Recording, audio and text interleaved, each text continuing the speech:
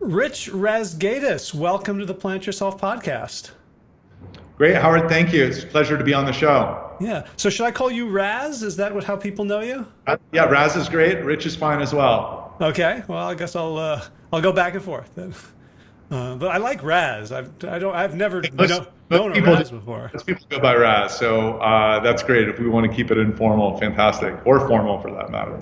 Awesome. Awesome. So you are with FloWater. Like, are you the like CEO, founder, chief visionary? Officially, my title is CEO and co-founder of Okay. FloWater, and has been since early stages, going back to 2013. Gotcha. Gotcha. And let's just start with the basics. What is FloWater, and why should we care? Great. Well, FloWater, kind of in its simplest form, explained in kind of a bite-sized piece, is FloWater is a refill station that takes tap water, potable tap water, anywhere in the world in any kind of water line hookup, and it's basically a device that purifies, remineralizes, removes impurities from that water, and dispenses what is the equivalent of something that's better than bottled water on tap with zero packaging, zero waste. And so that's the product that we have today. So when someone asks kind of tactically or product-wise, what is FloWater, that's the answer. The bigger answer, if I may, around what is FloWater is, FloWater is really a movement around the decentralization and democratization of water. And so what that means is we're trying to effectively undo all of the packaging that exists for distributing and delivering water throughout the world by getting consumers to go back to the tap again and fall in love with the tap. And the reason that packaged water exists is because people don't like or don't trust the taste of tap water. It's not because we don't have enough water faucets or water spigots. No one says, gosh, I got to drink bottled water because I can't find a water faucet. That's never the case. They drink it because they have some preconceived, which could be a perception or a real notion around why they shouldn't or can't or don't like to be drinking out of tap water. So our real vision is to radically change the way that people view and distribute and consume water. And the mission of the company is to put an end to single-use plastics as well as single-use packaging while providing a powerful way to hydrating millions of Americans and ultimately hundreds of millions of people around the world.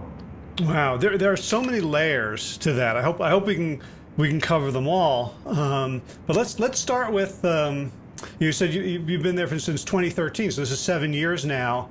What led you and whoever your co-founders were to want to take this on? Because it feels like a very strange thing to take on in an entrepreneurial way, almost like it's entrepreneurship to some extent that's gotten us into this mess. Right. That's an interesting way of posing the question, and it's an interesting question in and of itself. I think I can speaking from my own perspective, from a personal like paradigm and philosophy around what has captivated me by this cause and this mission that we're on. Really, there's three driving kind of force functions for me. Number one is on a personal level, I had a very transformative experience around wellness and weight loss and fitness and clean eating and hydration about 10 years ago. I'm 46 now, so I was in my mid-30s, 35, 36, 37 when that happened. And that intersected with, and by the way, that kind of drove me to want to think about things that were meaningful towards human health and performance and behavior. That intersected with kind of point number two, which is when I co-founded the company in 2013, I had two daughters that were the age of 10 and 11, Royce and Zoe. So Royce was 11 at the time, Zoe was around 10.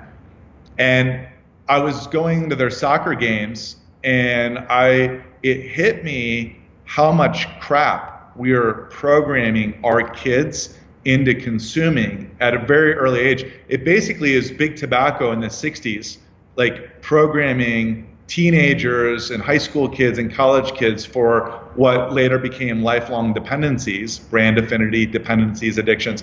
But it was like soda and candy bars for kids being programmed at a younger age through marketing, through parents bringing candy bars and soda pop to the soccer game and the soccer practice. And it really hit me powerfully, which is our kids are getting programmed into these lifelong, and I'd been on the other end of kind of correcting those at the age of 35, 36, 37. So those were two major catalysts. And then kind of the third was big problem around the environment with these plastics that, turn into 50 years ago, there were no plastics in the ocean. Today, you and I, if you drink out of tap water that's unfiltered and unpurified or bottled water, today we average, as Americans, we drink on average 2 credit cards worth of plastic every month just through water. And that's in the form of microplastics. And that's a huge issue. And so that was kind of the third catalyst of there's a huge problem that we have that's started years ago and it's accelerating. And now it's a clear megatrend. I mean, plastics and single-use plastic water bottles are being clearly seen as the new environmental cigarette. So those were the 3 reasons, a little bit of protracted explanation around it, but there were a lot of kind of catalyzing forces for me personally that drove me into this. Well, we're gonna protract them even more because I'm really curious about all of them. But it's just like this weird irony that the solution to microplastics in our tap water is plastic water bottles that contribute to microplastics in our tap water. Well, it is kind of ironic if you think about this, that what people thought, this is the whole chain, and like how you just kind of articulated it and extrapolated it out.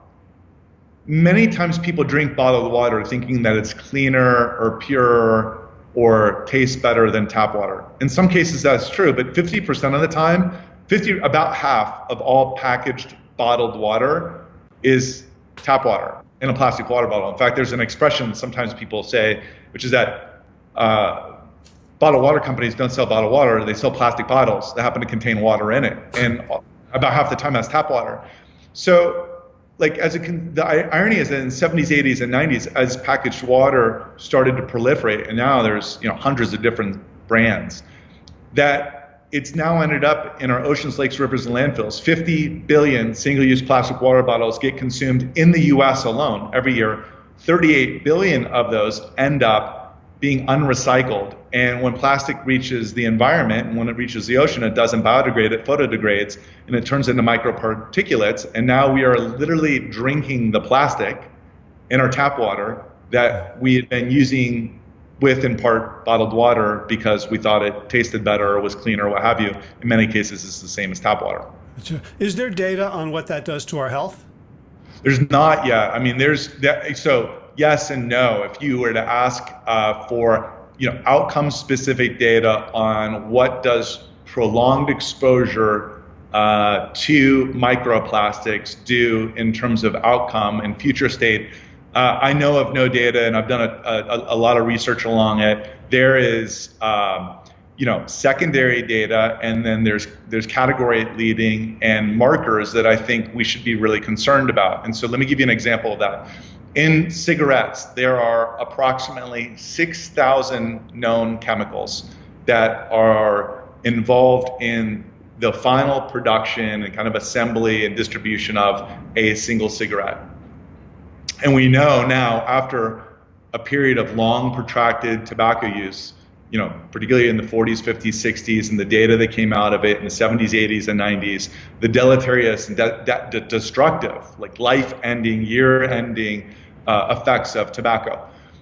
Let me draw a parallel. So I use a lot of parallels with big bottled water and big tobacco. There's a lot of changes as it relates to a lot of similarities as it relates to the company's social behavior and pressure, et cetera. But in the production and in the petroleum that go in to make the plastics in bottled water, there are over 10,000 known chemicals that get created as part of that creation process. So almost twice the amount of chemicals in single-use plastic water bottles that are used to kind of form and create those bottles than what is in tobacco. Now, I'm not suggesting bottled water, is at all parallel in terms of health outcomes in cigarettes.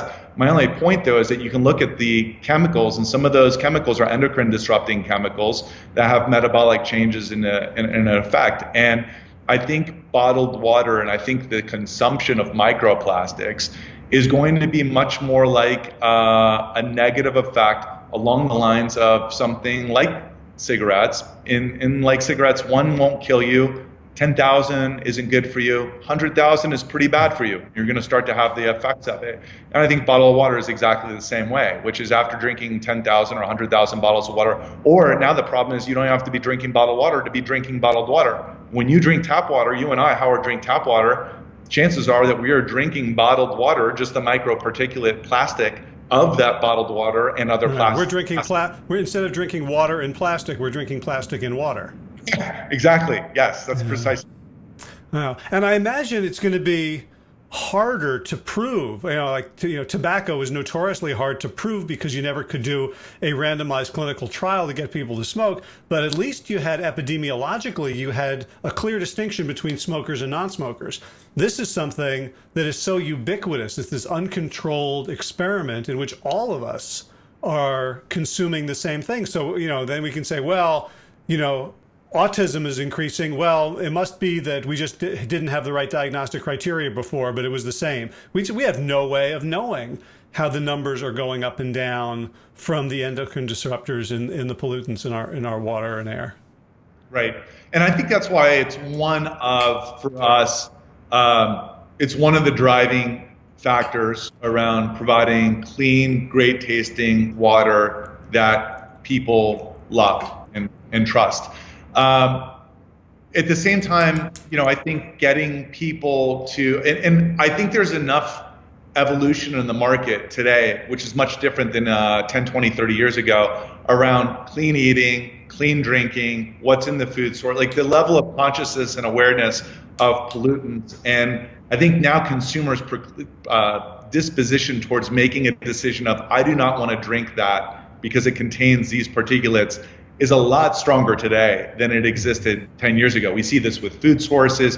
I mean, if you even look in the dairy section of a Whole Foods, it's kind of incredible what's happened over a period of just 3, 5, 10, 15 years in terms of where ingredients are sourced and what consumers select as it relates to source. And I think that now just becomes more prolific as we look at other products that we're putting into our body, including water. Right. Yeah, and I want to talk about like the issue of habit formation. Maybe come back to that in a little bit because I still want to follow up on your 3 driving force functions. I'm curious about your health, transformation. What from what to what? Well, I'll tell you. It started with me. Like this goes back to part of the underpinnings of what happens in adolescence that someday hits you at 35 or 40 and it causes you to make a different career decision or in kind of an aspirational, inspirational career decision. So here's like going all the way back. I grew up in an environment where, I would consume a lot of soda, eat a lot of donuts. I mean, I love donuts to this day. I don't eat very many of them, but it doesn't mean I don't think about eating them a lot. And I have a soda one day a year. On every Thanksgiving, I'll have a Dr. Pepper. That's it. That is my time a year. So like everything in moderation. But I grew up consuming this as a daily staple, and it was fine for me. Like it was fine for me because I was young, and same with a lot of other kids. You don't know any better. And I did that through college and playing sports through college. I played football through college. And all was fine. I bulk up a little bit. That was good. Like, you wanted to be a little bit, beefier on the football field. What position? As a tight end. Okay. So so like putting on another 10 pounds was generally a good thing. And I was working out all the time. Then 23 happened and I wasn't playing ball anymore. I was taking doctors out to dinners. I was working in the pharmaceutical industry, both like in the commercialization side as well as corporate marketing later. And I had all these bad habits that had continued for years. And those 23 turned into 28, which means like 220 pounds of muscle mass turned into like 220 pounds of not so much muscle mass. And then at one point it turned into like 270 pounds, 280 pounds of not a lot of muscle mass at all and a lot of obesity. And I got to the point where I remember watching years ago, there was some dating show, whatever the dating show was that was online. I think it was the original Bachelor series. And everyone loved this guy that was the fat guy. Everyone described him as the fat guy. And I remember looking at that guy and thinking, that guy's skinnier than I am. Like, I turned into the fat guy. And that was kind of the metamorphosis. That was part of my change of, I always wanted to run a marathon.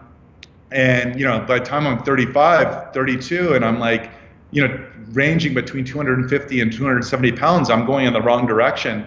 And so I found how tall are you? 6'2". So like for context, I'm 196 pounds today. Okay. So, I'm 6'2", 6'3", like right in the midpoint there. So, like 200, 220, like is great. 190 is great. 270, not so good, especially when I'm not working out feverishly. And so that was kind of the first metamorphosis, which is I learned, and I was still working out, by the way, but I just wasn't working out like I was. So one of the things that I learned was that you can't outwork a terrible diet.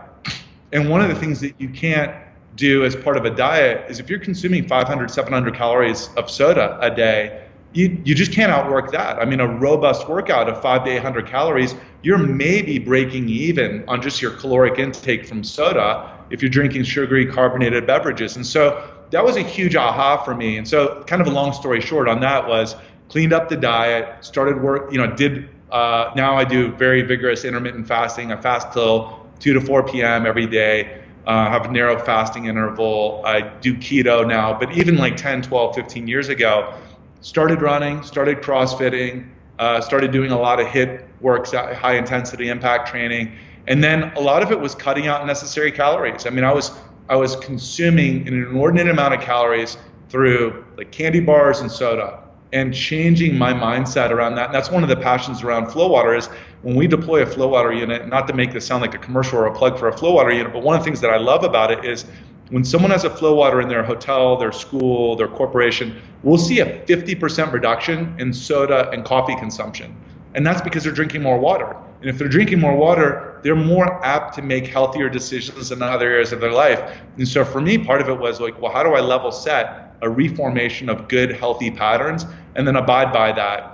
And it was like a long process for me to kind of figure that out. I'm embarrassed to say it took me a couple years or a year to really dial that in. And it took me 12 years of bad eating, bad living in an unhealthful way to figure that out. But yeah, and I mean the thing with that is, it's like I'm imagining, you putting on maybe 5-10 pounds a year. There was never a moment that you could look in the mirror, or look on the scale and say anything much had happened, right? Until you had the mirror of the fat guy on the original Bachelorette, right? Who, right? It's like all of a sudden this threshold was available to you. But for most of us, there is no threshold because we're looking around. Whether you're going to your kid's soccer game and you're seeing all the kids eating the same thing and all the parents excusing it, right? As if they're always going to be 11 and 12 and 23 and never 30 and continuing the same habits. Or you see everybody drinking bottled water or drinking soda and it becomes the normal. It's really hard to kind of, be the outlier in your world. I think that's a great observation, which is it's one of those things, like as it relates to weight loss or fitness or any number of other things as well, is that incrementalism in the wrong direction is really, really, really dangerous because you notice it, right?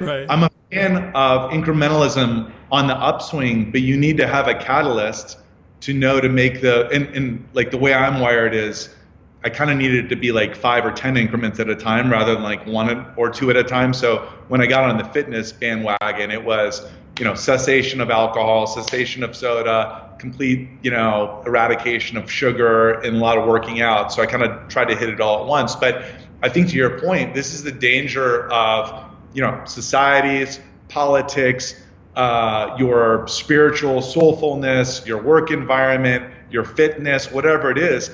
Incrementalism on the way down is a very, very dangerous thing if left unchecked. And I think it's one of the things that I always have tended to appreciate people that have a curiosity of, well, why are we doing this way? Or why do I do this? Or why do I behave in this way? Or why is this happening from a societal perspective? Because that curiosity is what starts to pick at a better way or an improvement. And sometimes it is an incremental improvement, sometimes it's a radical one. Right. See, but one of the reasons I wanted to have this conversation is, my shtick is helping people base it with lifestyle. And mostly it's diet and exercise. And, this podcast, I advocate a plant-based diet as opposed to keto, but I think you and I can probably agree on 90% of the details of what people should and shouldn't be eating. And the frustration is that I am working with individuals and almost like turning them into battering rams against the culture. Like, okay, you want to eat healthy, you've got to now stop doing the things that you've been doing with your coworkers, with your family. You can't, pop into the Burger King, into the fast food drive-through. Like all these individual things that people have to stop doing while society takes a really long time to catch up. And what I love about what you're doing is you're putting a machine somewhere, essentially, that changes people's behaviors in a way that feels effortless. And like the way I'm thinking about it is, so I spent a certain amount of time like traveling and flying, and I would always, I'm a good boy, so I take my little water bottle, whether it's, the plastic one or a metal one. And at the airport, they always have these water fountains with like the worst flow. Like it's barely over the lip. Like you'd have to French kiss the piece of metal to get something. And there I'm like, how the hell am I going to fill my bottle with this thing? And then all of a sudden they started putting in these fillers, and the bottle just sits there, and it's kind of cool. And it's got a number, how many gallons saved. And it's like, all of a sudden that became easier than trying to suck off the water fountain or fill my little bottle. Right. And like, so I just joined a gym that has a FloWater, and there's the FloWater unit, and then there's the kiddie water fountain and the grown-up water fountain. And there's no way in the world that I wouldn't just stick a bottle in the FloWater, because now I can take the bottle to my machine or to my treadmill. And you've essentially changed my behavior for me without me having to do a damn thing. Well, I think, thanks for sharing that story, by the way. Going into this, I did not know that you had a FloWater in your gym. So that's great that you've actually had a use case and an experience with it. I think this is one of the things about behavior change, and you probably will have some really great insights as it relates to your coaching and the practice and the philosophy around aligning people towards a plant-based diet, of which I'm a huge fan. I need a little bit of animal. For me, I need a little bit of animal protein, but a huge fan of plant-based diet.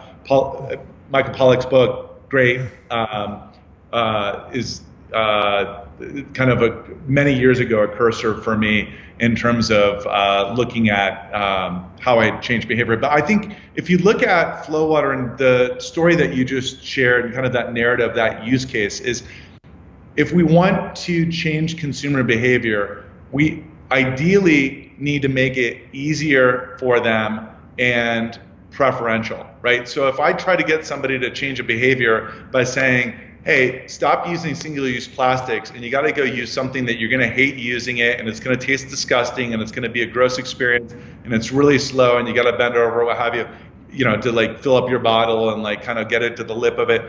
It's not going to be a very successful, enduring behavior change. This is why recycling rates in the US, why are recycling rates virtually unchanged over the last 10, 15, 20 years? It's because the behavior in the action of it and the perceived impact of it is not more powerful than, unfortunately, the simplicity and the convenience of just throwing it all away. And so a big part of what we're doing is, so that FloWater experience that you have in your gym, ultimately we want to create input wherever consumers work, rest, and play. And that means in the home, in their hotel, in the school system, so that they have a super simple way of doing something that they prefer to do and to drink. And I think this is part of the trick of, and it's part of the challenge, because we're programmed to go out, like maybe there's a happy hour and then you're going to the ballpark, and then there's like the volleyball tournament and it's off site somewhere and everyone's going to Burger King or what have you. There are some things that we have to reprogram, but then once you program them with something better and you feel that it's better, it becomes a self-creating habit that has major impacts, either individually or collectively as part of humanity. Right. And, I'm thinking about how bottled water came to be. It was essentially seen as, okay, I think this is true. You probably know more about the industry than I do. That, okay, the consumers seem to be wanting to be a little bit healthier. They don't want all these sugary drinks, and so, but we have to maintain our profits. So we better buy some, start some water brands. And so, and there's all this talk in the wellness community about the success of getting people to drink water instead of soda, because it's the same behavior. You reach into the refrigerated thing, or you go to the shelf and you just pick up a different thing and you feel virtuous for it. So they were very good at getting us to consume the water by making it identical to the previous habit. Right. It was kind of a masterful, as you stated, it's really a masterful marketing job to create a product where no need existed at that time, but to create want and desire without need, which I think is total bunk. I mean, that's like the epitome of having a useless impact on life and humanity. To take something where zero need, in fact, kind of a negative need, and create desire and want out of it. And unfortunately, that's a lot of kind of commercialism and consumerism that has kind of evolved over time. But Big Bottle of Water did a really masterful job of that. And I think for sure, I'm not the FloWater brand, as well as kind of from my own personal perspective, I tend not to ever vilify the bottled water drinkers. I think in many ways, I think of the bottled water drinkers, I think of me at 33, overweight, just drinking soda and eating, McDonald's and working out, but I just was ridiculously naive about the impact of an extra 1,000 calories a day and what it had on my metabolism and my weight and my life. And I think of bottled water drinkers in many ways is the same way. I mean, I don't want to call them victims necessarily, but I just think they're kind of innocent bystanders or passive participants into the world's greatest marketing engine that has programmed them to think something that is needed is absolutely not. Now, there's an irony to all of this, though, which is despite, I think, us having really great quality tap water decades ago, the fact of the matter is it's degraded over the last few decades, and it's also not the municipal water treatment facility plant's fault. I think by and large they do a terrific job across the U.S., but they're very limited in what they can do. And there's two issues. One is the source of that water into municipal treatment. Over 90% of tap water, this is a recent SUNY study done in New York, over 90% of tap and bottled water contain over 300 microparticulates per liter of water. That's today, that's now. So whether you're drinking bottled water or tap water, you're drinking the plastics that are in that. And municipal water does not remove that. The second thing is another example of many is that going into this source water and through tributaries and whatnot is glyphosate. And Roundup was a chemical that was never even used 50 years ago. Now it's the #1 herbicidal product and agricultural product that's used worldwide. And we're literally drinking glyphosate on tap through an IV, but through the form of tap water that is in trace amounts. And there's a lot of people like me that are saying, hey, I'm not willing to kind of play experiment over the next 20, 30 years to see what trace amounts of glyphosate will do on my endocrine and physiological system. Right. So there's a lot of people that I know who are very anti-GMO, And glyphosate is the most significant component, the thing that GMOs are there to allow into our bodies, and yet they still think that, oh well, drinking bottled water is like it's part of my health regimen. They don't realize they're getting the same glyphosate from the water as they're getting from their corn tacos at Taco Bell. Right, exactly. I mean, I think the two big headlines over the next 5 to 10 years in the world of water and health and hydration are going to be glyphosate and microplastics that are in our tap water. And then there's some other issues with our kind of conventional tap water delivery distribution system here in the United States. One of those is that municipalities need to chlorinate the water to safely deliver it. But chlorine is it ends up being a toxin and cancerous in high enough doses. We don't quite know exactly what happens in super low doses over a period of time, but what we certainly know is that it's not beneficial for intestinal flora, which we also know is incredibly important for immune, anti-inflammatory, et cetera. And so, there's some things that end up happening in tap water, both through the chlorination of it, as well as the fact that, this whole infrastructure in the United States as well, worldwide, is very much built upon lead-painted pipes. And that is just an issue that, we're getting to the point where we now need to treat our tap water twice. So the irony is that bottled water became pretty prolific at a time when tap water actually was quite good decades ago. And now, however, we are in a position where bottled water is clearly seen as the new environmental cigarette. There's a mega trend away from it, but we're juxtaposed because going back to the tap, there are other issues there that we didn't have to deal with 30 years ago, like glyphosates, like microplastics, like chromium-6, and some other things as well. Right, and we're on well water here. We're out in the country in North Carolina. There was just an expose done by some researchers at Duke University that are, Duke Energy has been dumping some stuff, and it turns out that we have high levels of dioxane, which I had never heard of. It sounds enough like dioxin to keep me up at night. But so like and I have no idea how much, what kind of runoff there is from all my neighbors' cows getting down into our water supply. But it feels like water has become another social justice issue. That from the extremes of Flint, Michigan, to like, okay, everyone I know is getting subpar tap water, and the people with the means can spend $300 on a home filter and $100 a year on replacements, and everybody else, good luck. I would agree with that. It was not that long ago that, and it was earlier this year, that I gave a TEDx talk. And a bit of it was on the state of water, and there was this kind of juxtaposition, some of which I've already narrated and referenced as relates to the problem with single-use plastics and single-use packaging. I mean, forget just even the single-use packaging; it's all the CO2s to transport all that packaging around the world. I mean, we start to break it down, it becomes insane. And then also the state of the world of water. And while I do run a for-profit commercial business.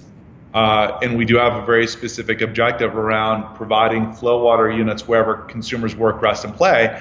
There are also a variety of things that we can do from a societal perspective, from a municipal, from a legislative perspective, and consumer behavior perspective that will help move the ball towards more clean water for more people freely available. And that really is the goal. And so, we think we have a way and a method and an intervention that will help radically improve consumers' experience and taste and brand preference with water. That being said, I'll give you an example of one thing that I think we should do. So when you look at this utilization of cigarettes over the last 40 years, it's gone from a high of 46% down to like 15, 16% just in the United States.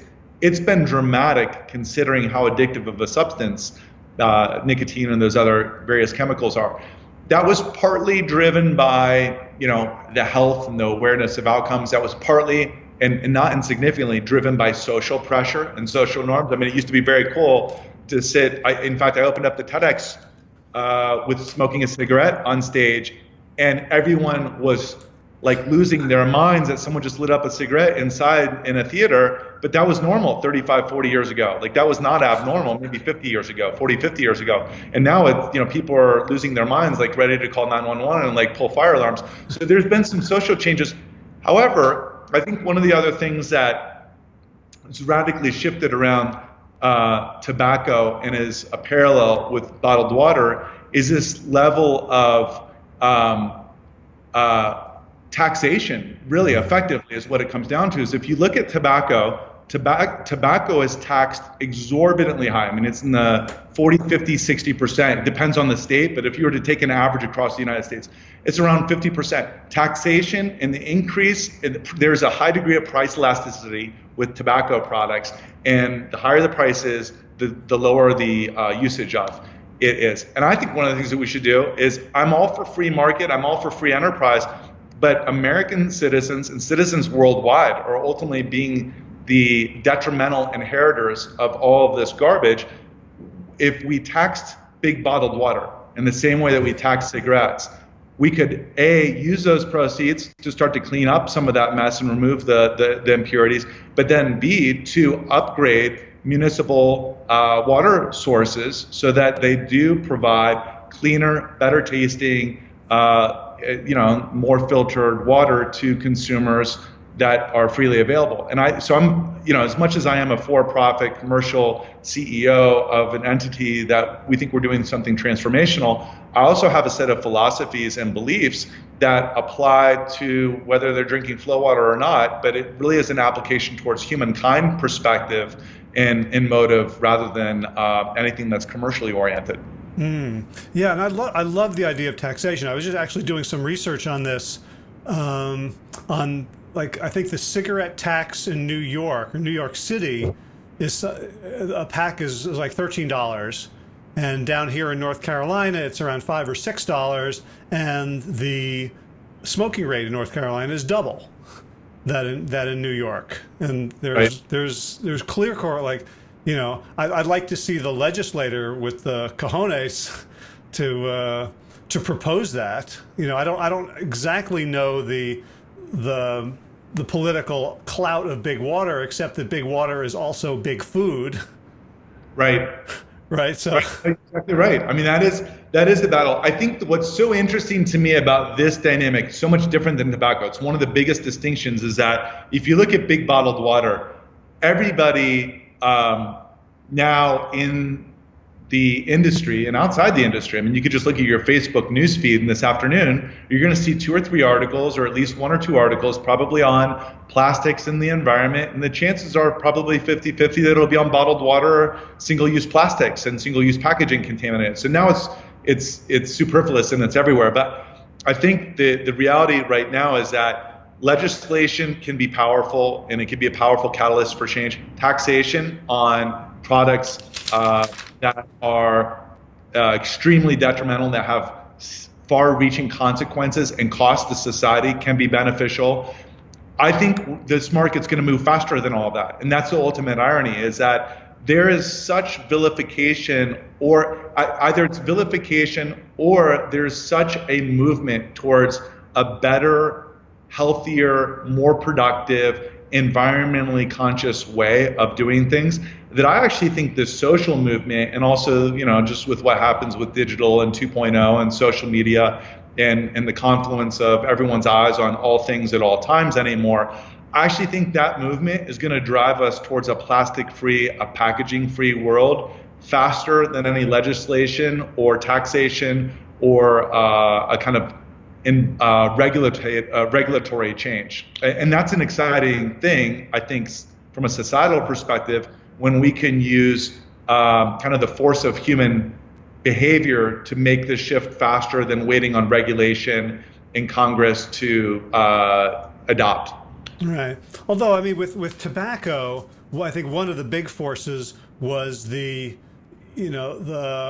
legislation that allowed discrimination, for lack of a better word, against smokers. They had to huddle in the freezing alleyways outside of work, where it became stigmatized, largely because of secondhand smoke. We have the same thing with secondhand plastic, but it's not as direct and in your face.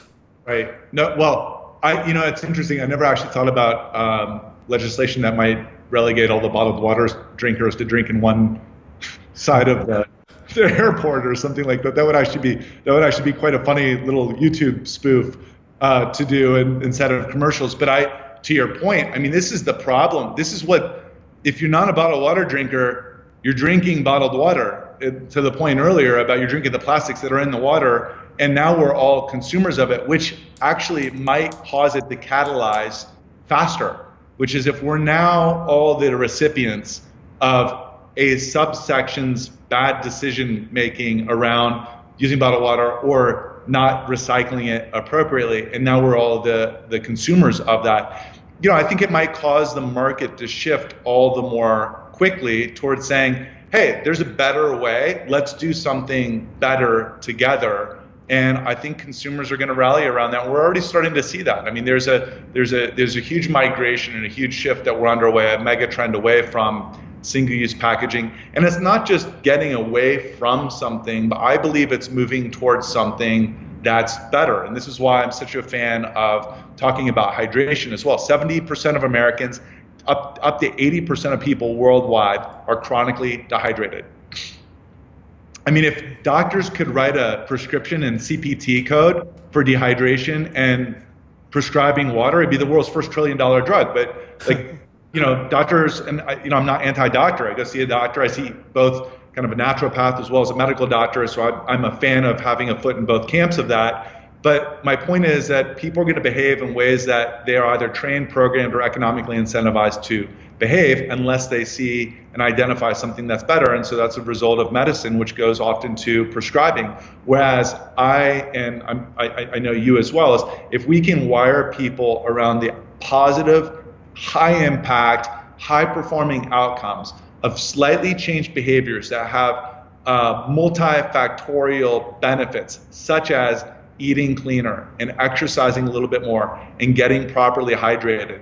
Like, those are all the precursors to everything else downstream, and over time it has orders of magnitude impact. And so that's why I get excited about talking about water and hydration, is because 70% of Americans are chronically dehydrated, and I want to be if not big part, at least a small part, along with 60 other employees at FloWater that are teammates of mine, in helping solve that. All right. And you started out by saying that your mission is the decentralization and democratization of water. Like, for me, that resonates very much, because what I want is the decentralization and democratization of health to help people realize what's in their hands, right? Because as long as health comes from a scripts pad, then I can't get it unless I can go see a doctor. And I need, then we were talking about the insurance and all this other stuff and accessibility and which doctor. Whereas if I am the locus of control for most of my own health, and that's where the challenge is, because, there's food deserts where you can't find a decent produce section, and there are water deserts. Like, the way you're describing it makes it sound like the whole country is a great big water desert in terms of truly potable water that feeds our cells and doesn't damage them. I think it's a great way of articulating it, and I think there are a lot of parallels to that, and we're starting to see an evolution around consumer behavior and food choice, food selection, food awareness. And sometimes I think it is as simple as first identifying that you have a problem, right? I mean, just if you don't know, it's like this incrementalism piece, which is, for me, when I was gaining 5 pounds a year, well, I didn't notice it after 1 year. I did notice it after 5 years and then 7 years. But, as you're going through it, you don't notice it. And then identification of the problem, and then being able to have an honest discussion with oneself, and then kind of reconciling that with what do I want, or what do we as humanity and society want to achieve, and what do we want to leave as a legacy for descendants and generations to come. I think part of that is simply around education and awareness, and I think we're seeing this incredibly powerful movement right now, where people are educating and becoming aware of food choices and also beverage and water choices at a rate that's far different today than it was 10, 20, 30 years ago. But there's still a lot of opportunity ahead of us. There's a ways to go. Right. And I think, for the first time, it feels like consumer awareness might be outstripping the greenwashing that has tried to accommodate it and co-opt it in the past.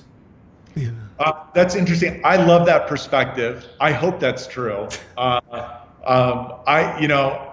Because I sit in the face of the packaged water industry, I tend to still feel like there's quite a bit of greenwashing that's going on. So if you look at like I'll give you an example. I'm not going to name the company, but a big bottled water company announced on Earth Day that they were either moving to aluminum or they were launching a new piece of hardware. I can't remember what it was, but the move to aluminum was going to be at some point in the future, many years down the road. And then if it was the hardware story, and they did kind of both these announcements right around the same time, and the move to hardware was kind of a beverage dispensing piece of hardware that is, I know from some inside sources, nowhere close to being able to commercialize. There weren't many pilot locations, but they announced it on Earth Day because they want to get all the credit for it.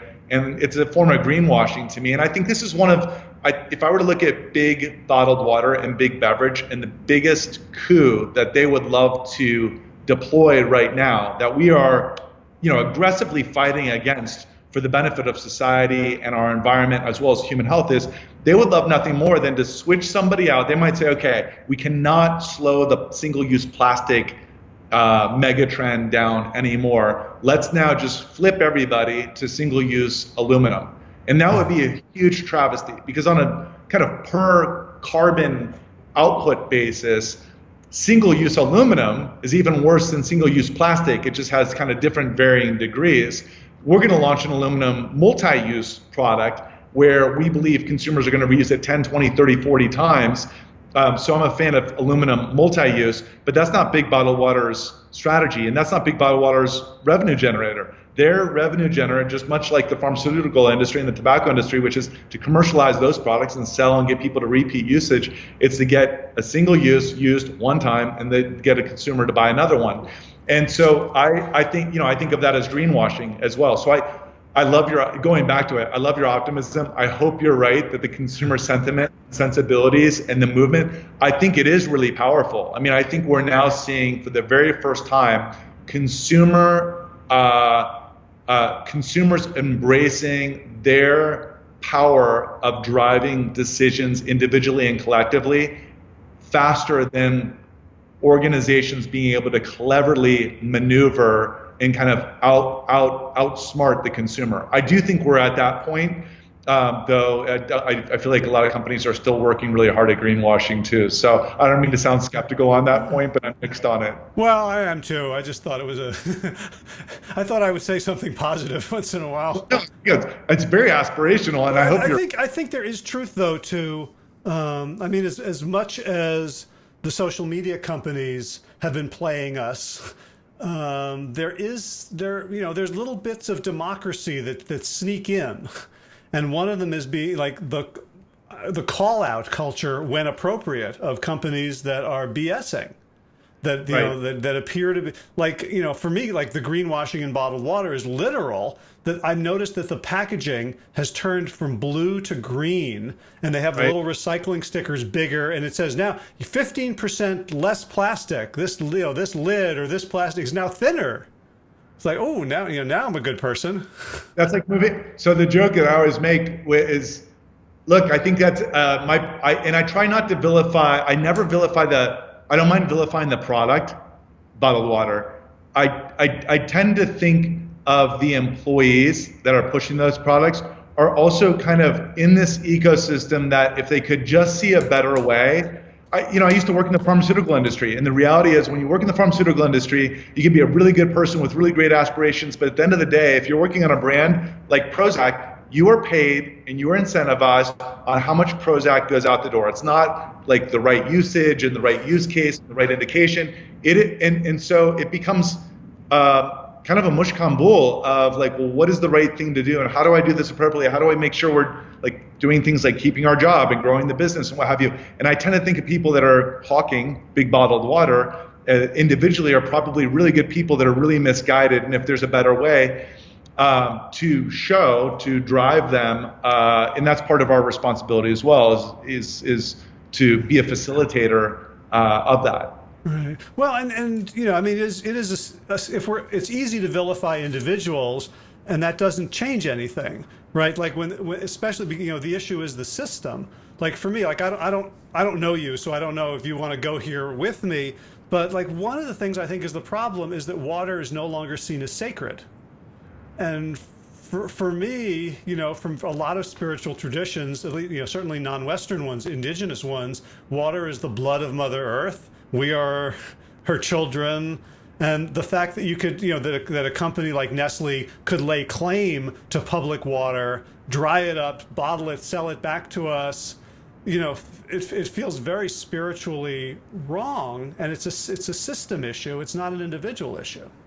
Well, I think, one of the things that I do describe when I talk about water is that in the United States, we have driven to a complete commoditization of water to the point where there is almost no perceived value to it unless you happen to package it up in a bottle and sell it for $3.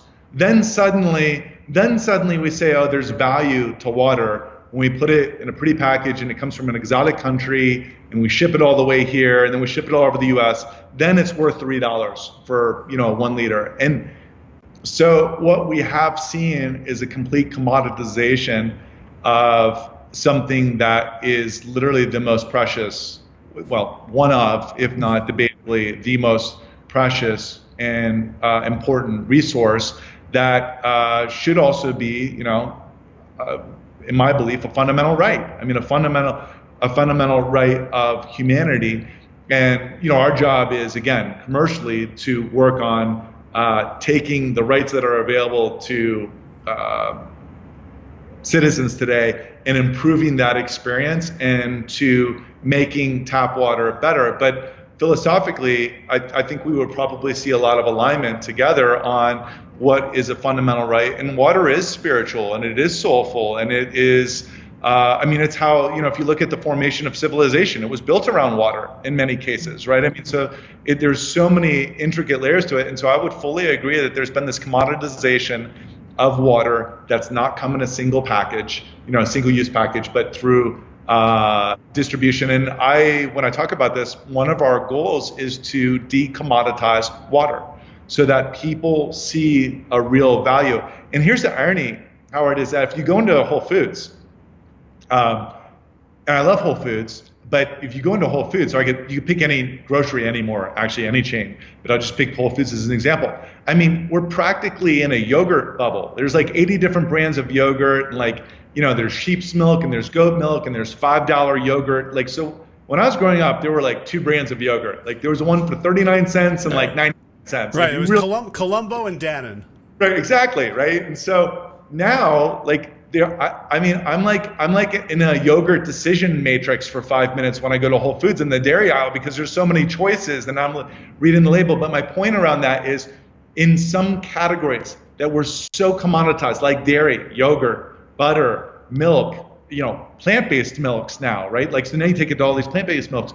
There's been a total reset around the value of quality and ingredients and source and delivery.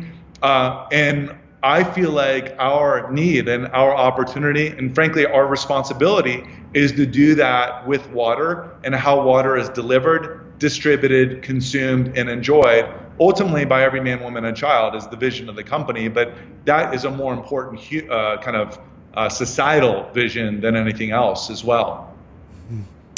Yeah, I love that. That there is this better way, and it's more elegant. So this is where like the entrepreneurship bit comes in.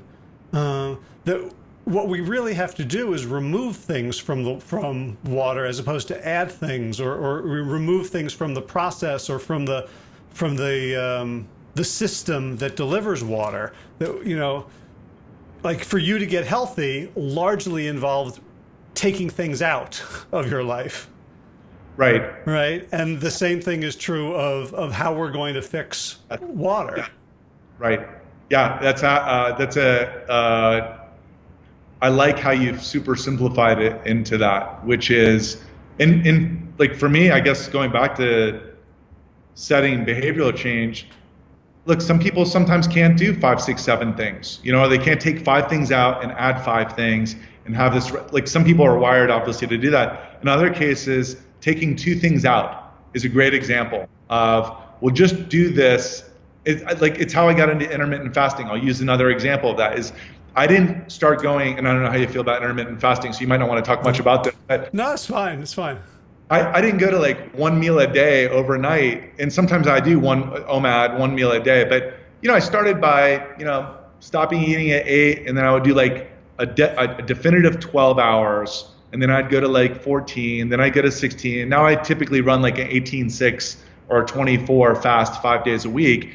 But like to your point though, sometimes it is just stopping with a cessation of a few things that can have such a positive impact. And then what you find out is you have space in your life for those other things. And when you fill it with those other things that are better, it kind of creates a natural virtuous cycle where you're like, oh, I actually feel better because that's gone. And I feel even better because I added it with something good. And that's how positive behaviors in many ways can get reinforced and reduplicated.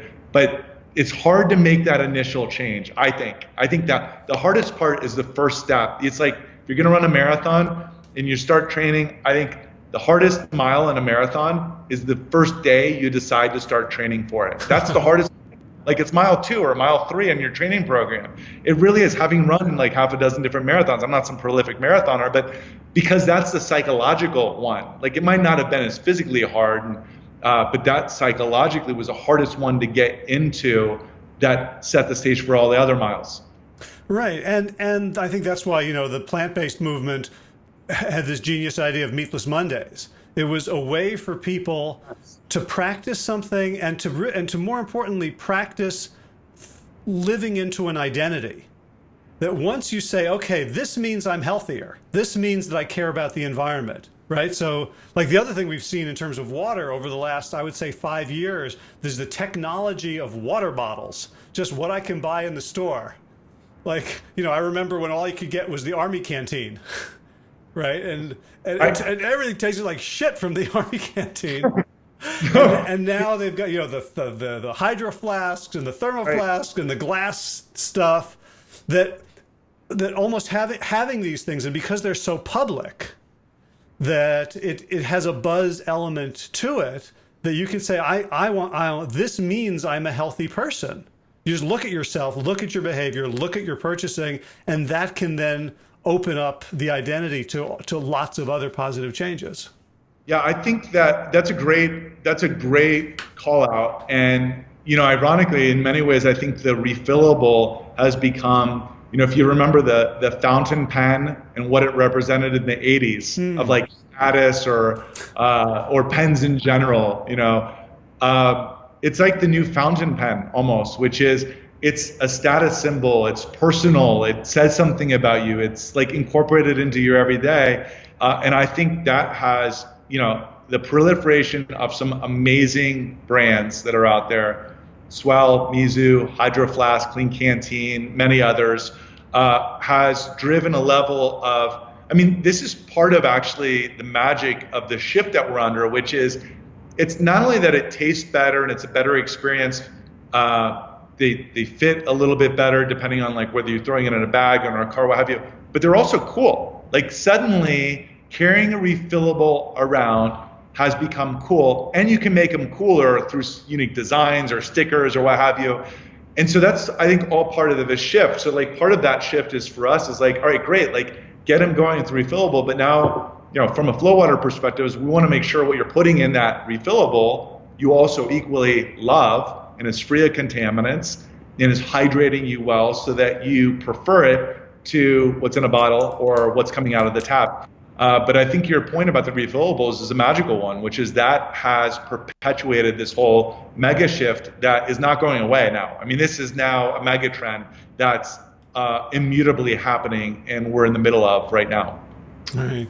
So before I let you go, I want to know a little bit about FloWater. Like, What comes out of that, and how does it get there? Like, what's the difference between that and just coming out of the tap? Well, so going back to FloWater, and on your podcast notes or the blog, there's probably going to be a series of links to an Instagram or a picture of the FloWater refill station. But it's a 6-foot tall refill station that plugs into any potable water line. It runs hundreds of feet. We primarily put these FloWater refill stations into hotels, schools, corporations, gyms, and retailers. We are also working on a variety of other products that would go into the home and consumer household by the end of next year, we expect. But the idea ultimately is that you can have FloWater wherever you work, rest, and play.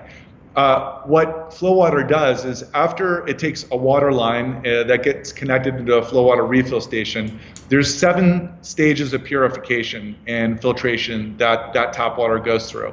I'm not going to go through each one of the specific filters. Effectively, those 7 filters do one of 3 things with tap water. One is it removes up to 99.9% of the contaminants that are in tap water.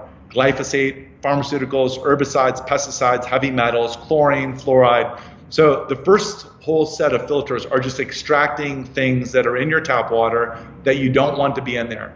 The second stage are re-enhancing that water with electrolytes like calcium, magnesium, potassium, sodium, trace minerals, increasing the pH by up to 1.5. And then so in other words, this is like what it would be if it like trickled down the rocks. Exactly. Like from before civilization. You just went to the stream and got your water. That's exactly what it is, which is, I mean, if everyone had those in the backyard, it kind of before all the soil contamination, agricultural byproducts, that is the best source. Like that is nirvana for water consumption. So if you and I had one of those in our backyard, that's what, and all of us did, that's what we would all be advocating all day long. So it's the recreation of that is, Earth had kind of this most natural, pure filtering mechanism before it became contaminated and polluted particularly over the last 100 years.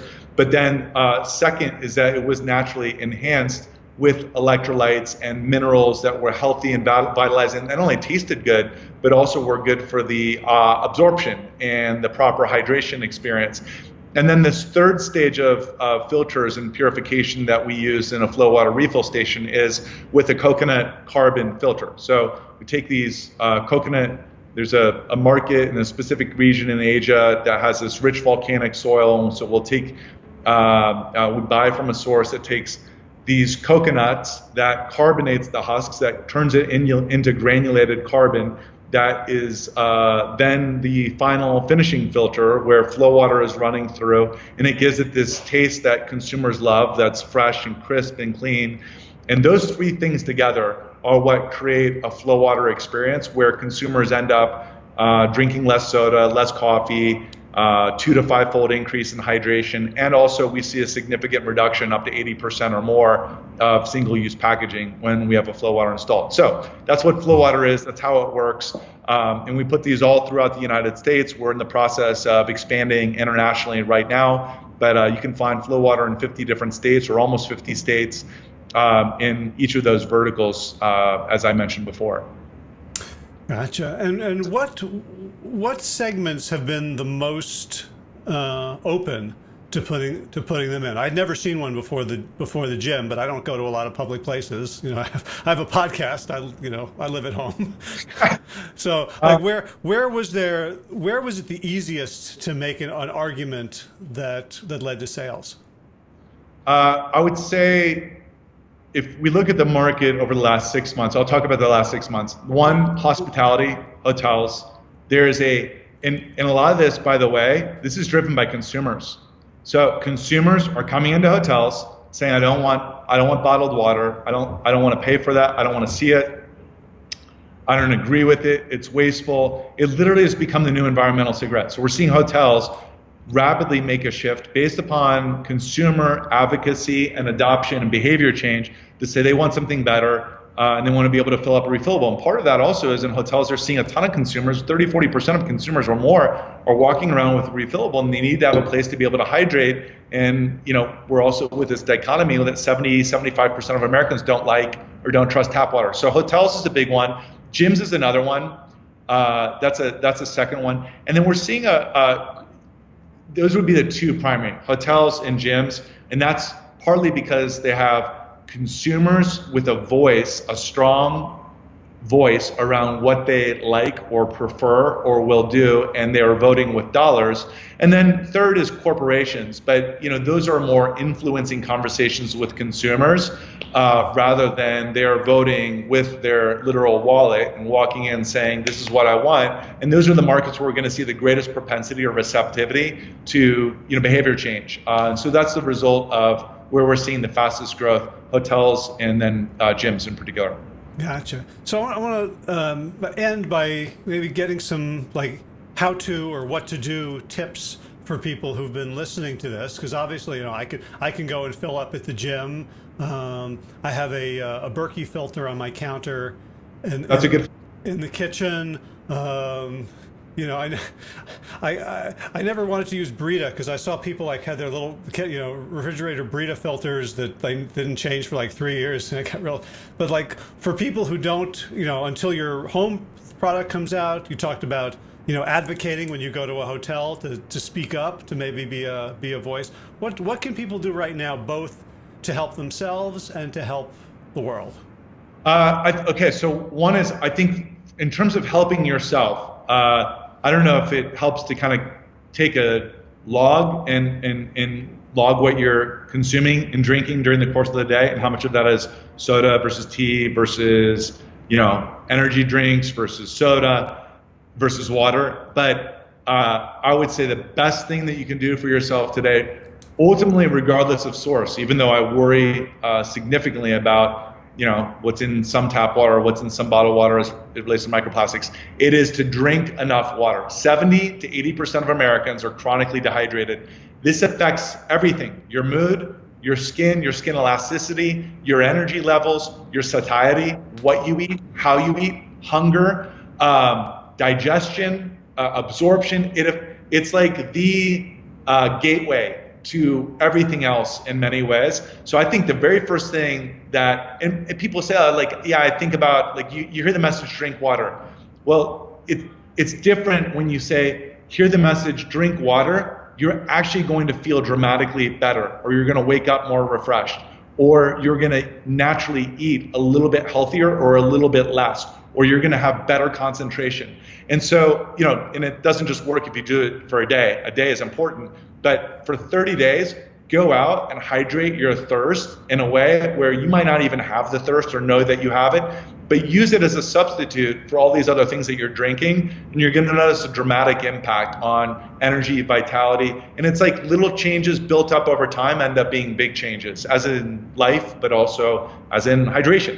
So that would be one big one. I think the second, as it relates to just drinking enough water, the second one is, I'd be advocating. I mean, if I, as a consumer, I would be advocating for wherever I work, rest, and play to have access to filtered and purified drinking water that's package free.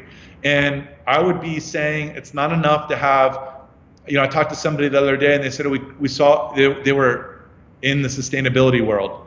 And they said, we solved our big plastic water bottle problem. I was like, what'd you end up doing? And I actually thought they were going to tell me that they installed a bunch of FloWater units, so I was getting all excited. And they said, we're moving to aluminum. It's like, well, no, you're actually, that all you're doing is going from Marlboro Reds to Marlboro Lights. That's progress, but you're still smoking. So let's get into a decentralized distributed product where water is drinkable at wherever that tap is.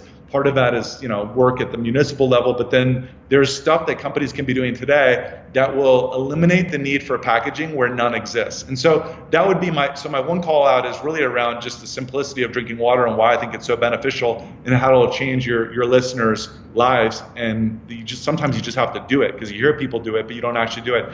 But the second is really around the mission of doing something to help drive the environment that we want and the generations that we want to leave behind for, which is to unpackage our water, which is to drink unpackaged water and let us not create packaging unnecessarily where no need exists. The only thing that exists is a marketer's want for us to think we need that. That's the only, in most cases, and if you're in the middle of a desert, fine, a bottle of water. But my point is, let's move towards unpackaged solutions wherever possible, and request that wherever you work, rest, and play, which is what will drive the decision making of managers, directors, CEOs, VPs, people that are buyers and and distributors. All right. Well, those are two. They're simple and they're clear. And I think let's go do them. Let's go make it happen for ourselves and for all other living beings on this planet. Howard, thanks so much. It was a pleasure to be on your show, and I really enjoyed the dialogue. And thank you for what you're doing and advocating towards healthier ways that are going to ultimately empower people. And that's what I get excited about, and I know you as well. So thank you. Right on. Yeah, and thank you for your perspectives. I really appreciate your willingness to decommercialize the conversation, and I like to talk about the bigger picture rather than just your own commercial interest. And I gotta say, I do. I'm a user of the product. I'm an end user, and it's great stuff. And I hope you take on the Goliaths and slay bottled water. Thank you so much. It's a pleasure to be on the show. Thank you again. All right, take care. Cheers.